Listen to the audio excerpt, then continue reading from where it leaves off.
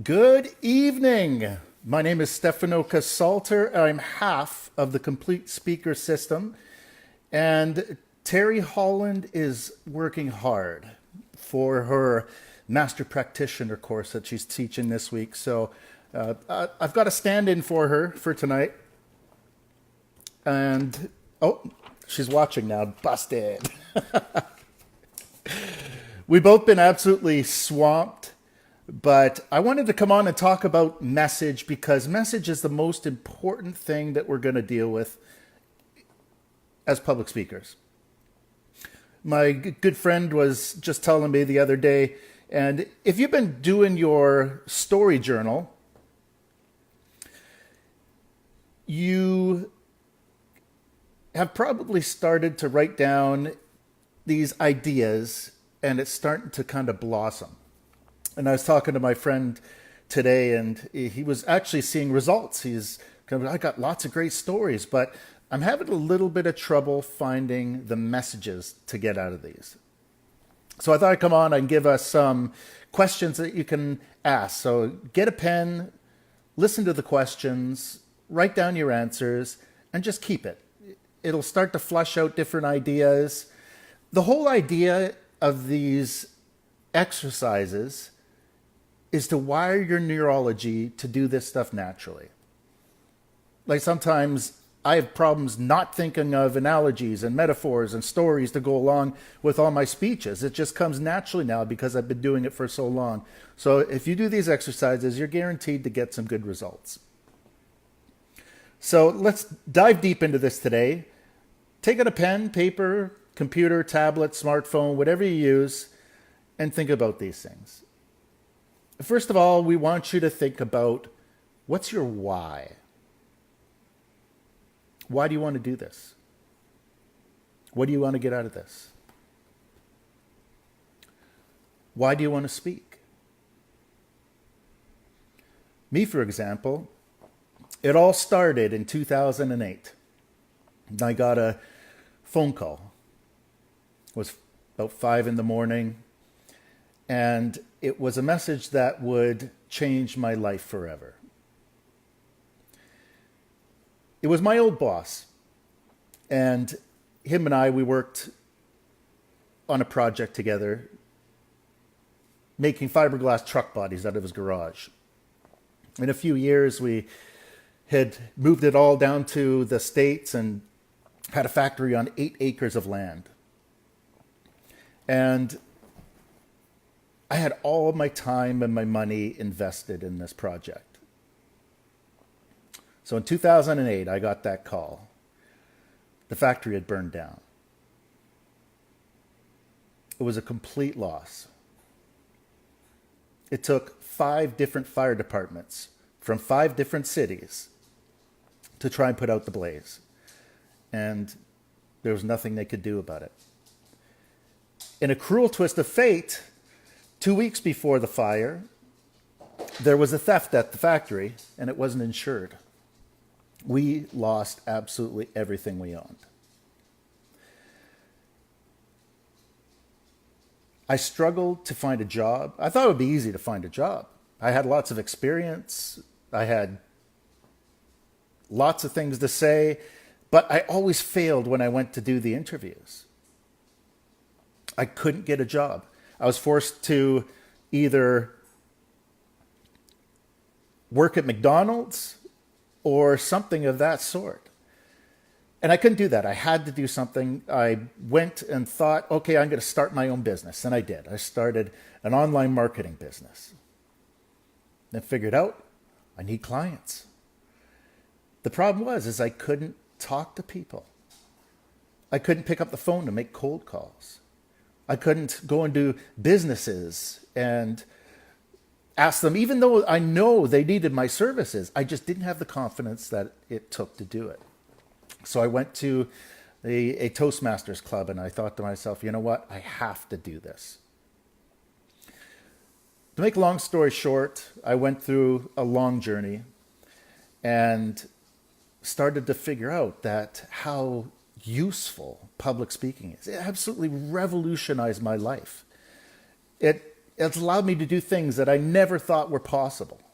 And this is where it comes to my why, is I want to teach people these things.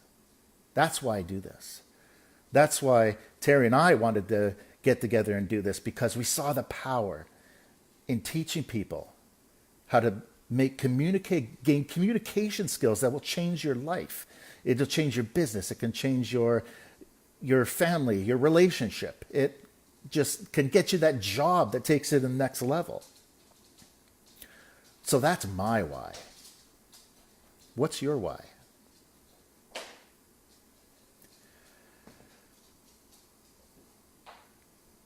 Let's look at this step now. What's the purpose of your speech? It should boil down to one of basically three categories. It's either to entertain, to educate, or to motivate and inspire.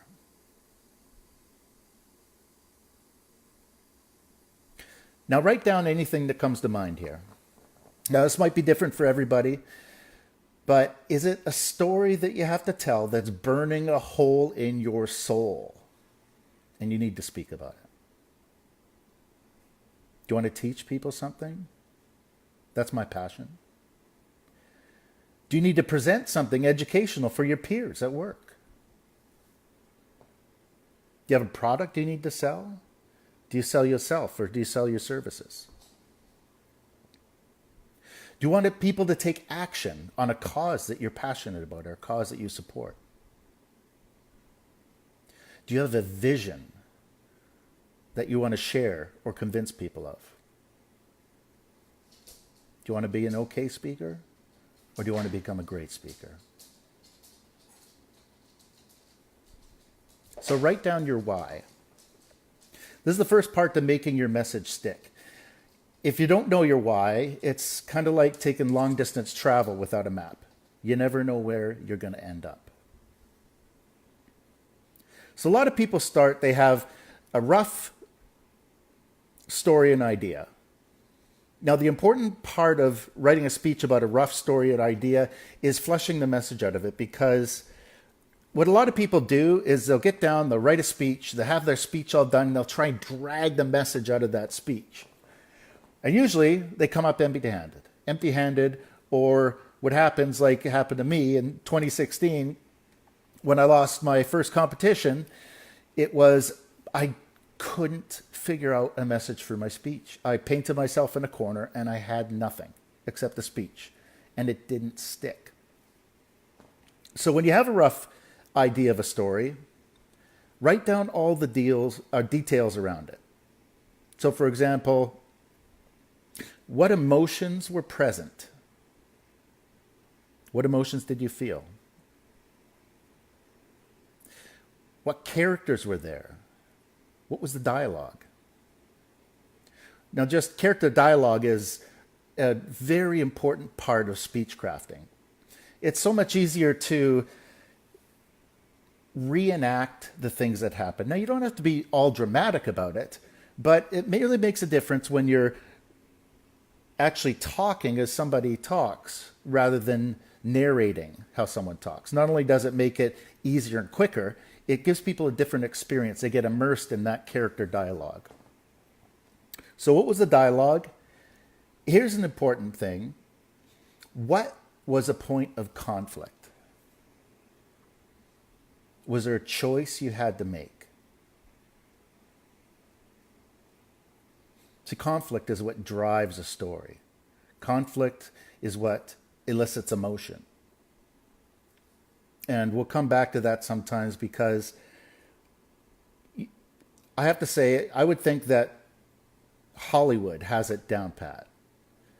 They have movies that can make you sit there for 90 minutes to 2 hours just enthralled in a story, enthralled in the drama, the conflict.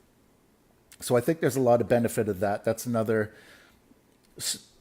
issue we'll get to in the future. But think about that when you're doing your speeches and you have your rough stories. What's the point of conflict? Here's an important one. Is there a crossroads that you come to with this story where you could go one of two ways. Each has different consequences. Was there a realization in that rough story? Maybe an aha moment. And another one, most important, if you want to become a great speech crafter, connect with your audience, it has to be something others can relate to.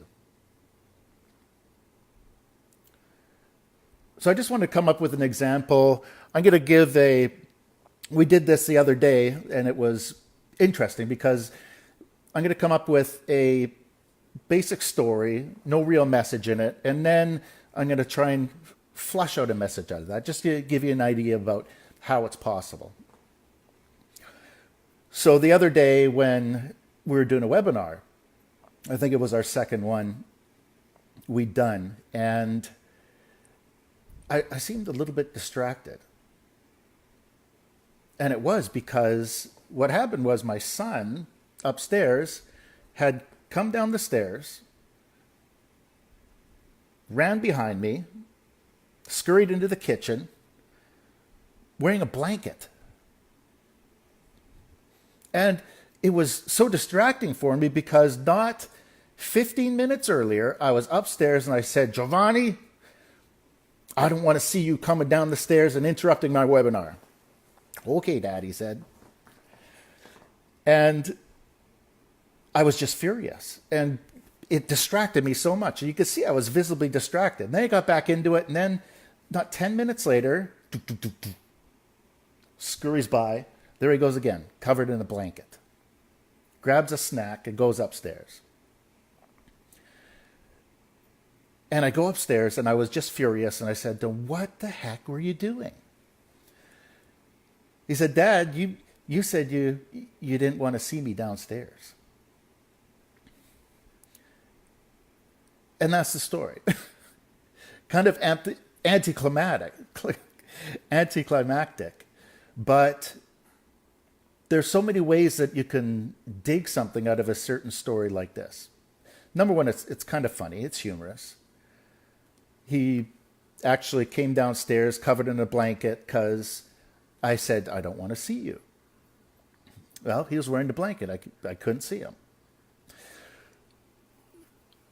So my thought from this, I thought about it. What was the emotion that I felt? Well, I felt anger, especially at first.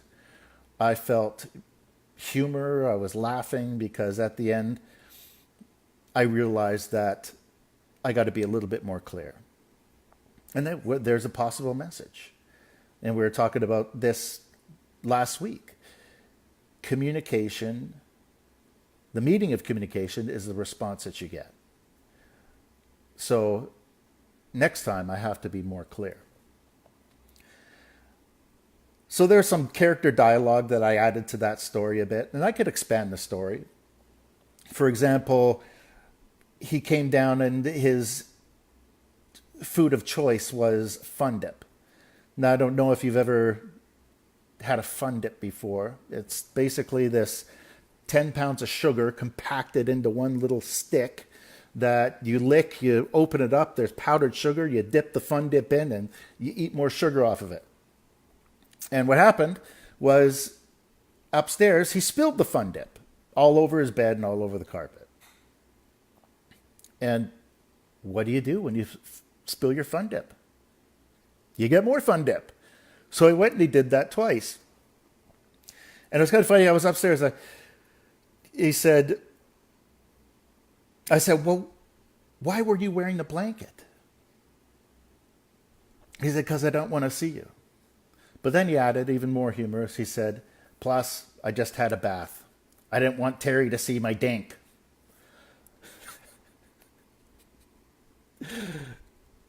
These are just the most wonderful moments that you can imagine. And these are the things you write down in your journal, in your story journal.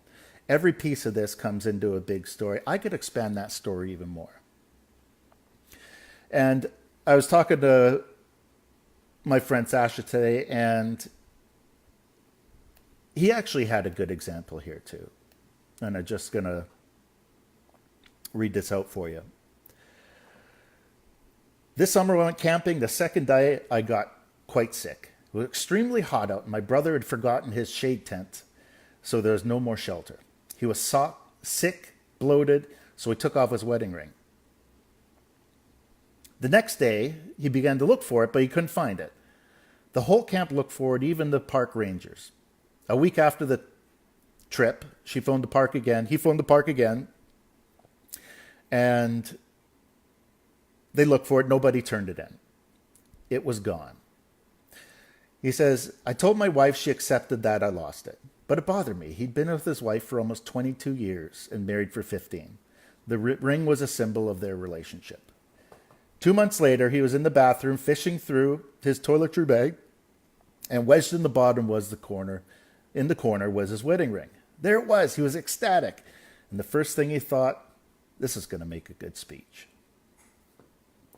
So there's one of the stories he used in his journal. And what Sasha's been doing, he's been going through, he's been doing the 10 by 10 by 10.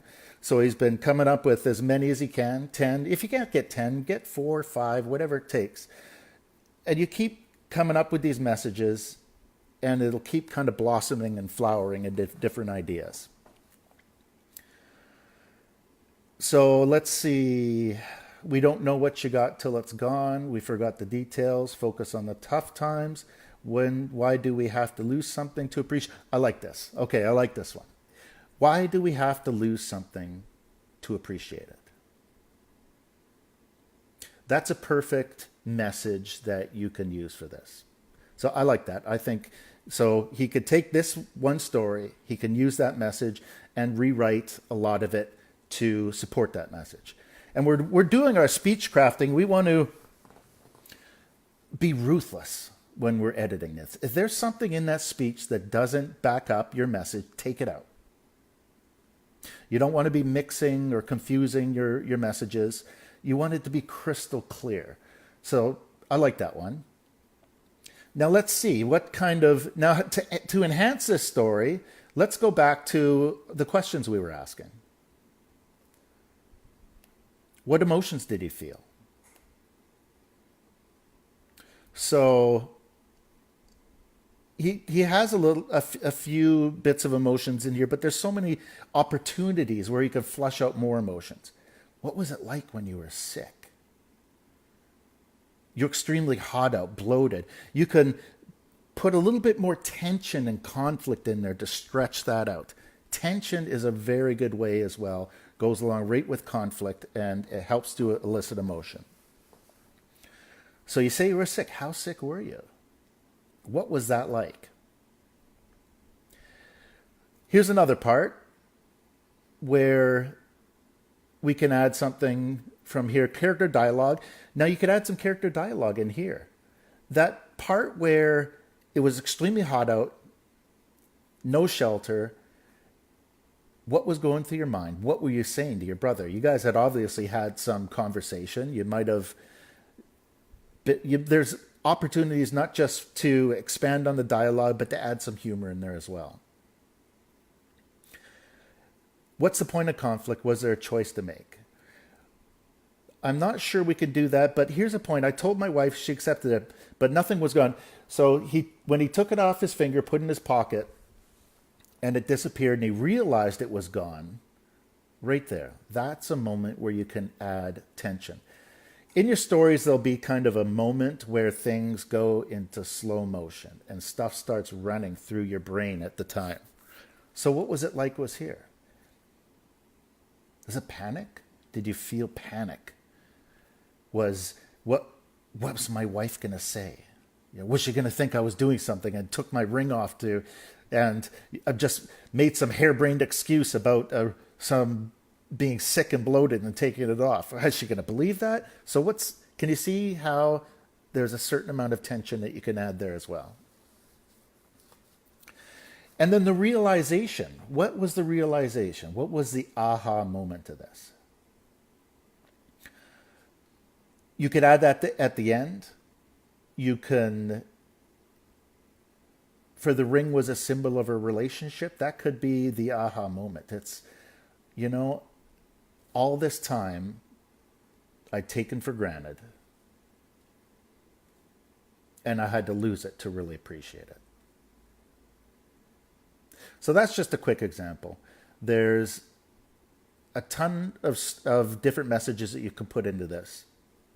And there's lots of ways to expand it as well. So go through those questions. Take the rough story. Ask yourself those questions. And also find out your why. The why is the most important part. If you don't know why you're doing this, and if you finally discover your why, then it just leads you to different places. A good way as well, say just one last little tip here, and it's something that we get from NLP. We call it chunking. So Sasha has a message here in the story. Say, for example, he's going to use that message. Why do we have to lose something to appreciate it?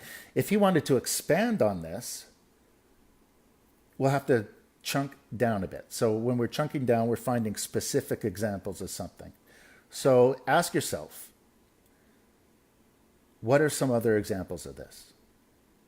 When at other times in my life have I lost something and had to lose it to appreciate it? Maybe it's a relationship. Maybe it's something you lost as a child as well. So when you ask yourself other examples of this, it'll start expanding. You'll start getting different things coming to you as well. So once again, these are great exercises.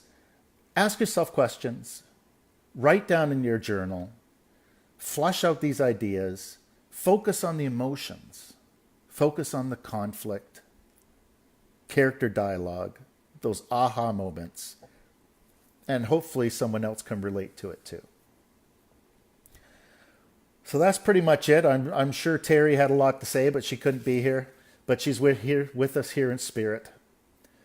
And we look forward to talking to you guys next week as well. And we'll have another training on Wednesday, hopefully, if we can get it. I'm taking her master practitioner training as well. So not sure if it's even going to be possible, but we'll try and do something anyways. Have an awesome night.